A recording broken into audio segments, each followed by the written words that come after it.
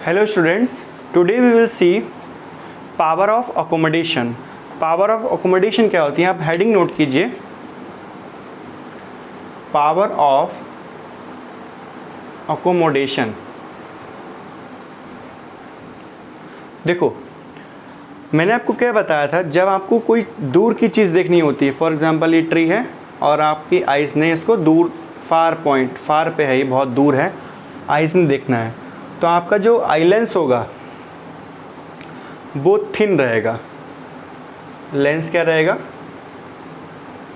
Thin रहेगा, thin हो जाएगा जब दूर का देखना होगा. मैंने बताया था पिछली वीडियो में, नहीं देखी तो देख लो. और जब पास की चीज़ देखनी होगी तो आई लेंस क्या हो जाएगा? थिक हो जाएगा. ये थिक, ठीक है.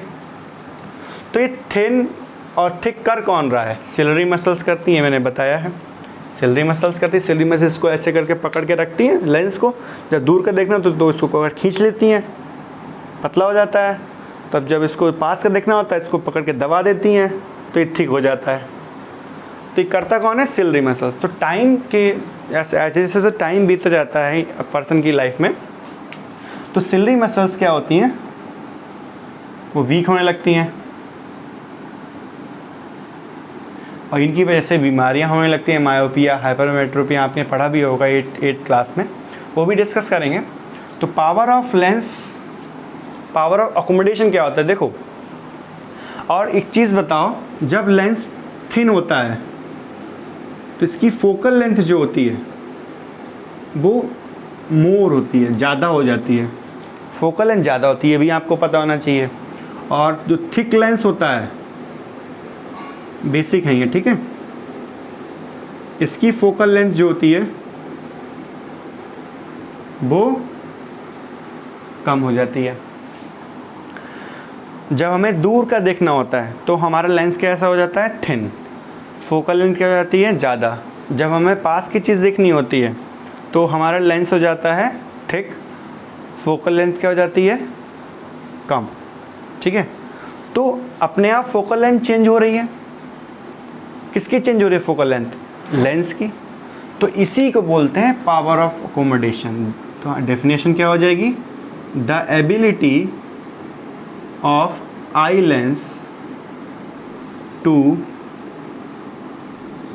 एडजस्ट इट्स फोकल लेंथ, मतलब फोकल लेंथ, LENGTH, मतलब आई लेंस की वो क्षमता, अपनी जो एबिलिटी है, अपनी फोकल लेंथ को चेंज कर लेना अपने आप से. तो ये इस एबिलिटी को बोलते हैं पावर ऑफ अकोमोडेशन. अब आप ये बताओ, जो हमारा नॉर्मल लेंस जो होते हैं मार्केट में जो अवेलेबल रहते हैं कांच के, उनकी फोकल लेंथ फिक्स होती है 20 सेंटीमीटर, तो 20 सेंटीमीटर ही रहेगी लाइफ टाइम. और जो हमारा आई लेंस होता है, इसकी फोकल लेंथ चेंज होती रहती है. ठीक है. तो ये ध्यान रखना आप लोग.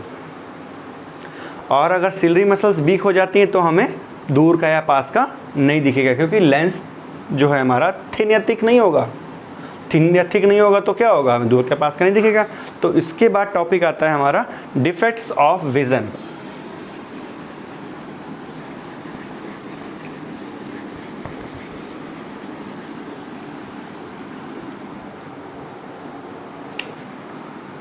डिफेक्ट्स ऑफ विज़न मतलब देखने में जो कमियां होती हैं. डिफेक्ट्स मतलब कमी, विज़न में हमारी जो कमी होती है, वो सबसे पहला बात आती है मायोपिया. मायोपिया, इसका दूसरा नाम होता है शॉर्ट साइटेडनेस. ठीक है. इसमें डेफिनेशन क्या हो जाएगी? In which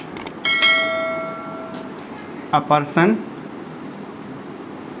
can see near object but can't see far object. मतलब पास का दिखेगा, दूर का नहीं दिखेगा. ठीक है. रीज़न क्या होता है, या कॉज लिखूं. नंबर 1, फोकल लेंथ जो होती है वो इज डिक्रीज्ड। डिक्रीज मतलब लेंस क्या हो गया, मोटा हो गया, थिक हो गया है, पतला नहीं हो रहा है, मतलब दूर का नहीं दिख रहा है। और आई बॉल बिकम स्मॉल। और इसका करेक्शन क्या होगा, ये अभी अपनी कॉपी पे नोट करेंगे। करेक्शन क्या होगा, स्पेक्स लगाइए और इसमें लेंस कौन सा होगा, concave lens. Concave lens of suitable power, ठीक है। इसमें मैं डिटेल्स में नहीं जा रहा हूँ क्योंकि ये आपके एग्ज़ाम में नहीं आएगा, मैं आपको समझा दिया बस। फिगर वगैरह है वो आपको नहीं करनी है। इसके बाद आती है हाइपरमेट्रोपिया। सेकेंड इज हाइपरमेट्रोपिया, ठीक है। इसमें क्या लिखोगे, इसको बोलते हैं फार साइटेडनेस। और डेफिनेशन क्या हो जाएगी, in which a person can not see near object but can see far object. और इसकी डेफिनेशन क्या हो जाएगी, और सॉरी कॉजेस क्या हो जाएंगे, focal length increase, just reverse है उसका, और eye ball become enlarge. Correction क्या हो जाएगा, concave sorry convex lens. Okay, note down. एक और है प्रेस बायोपिया, वो अपने आप लिखेंगे बुक से, प्रेस बायोपिया क्या होता है, ठीक है।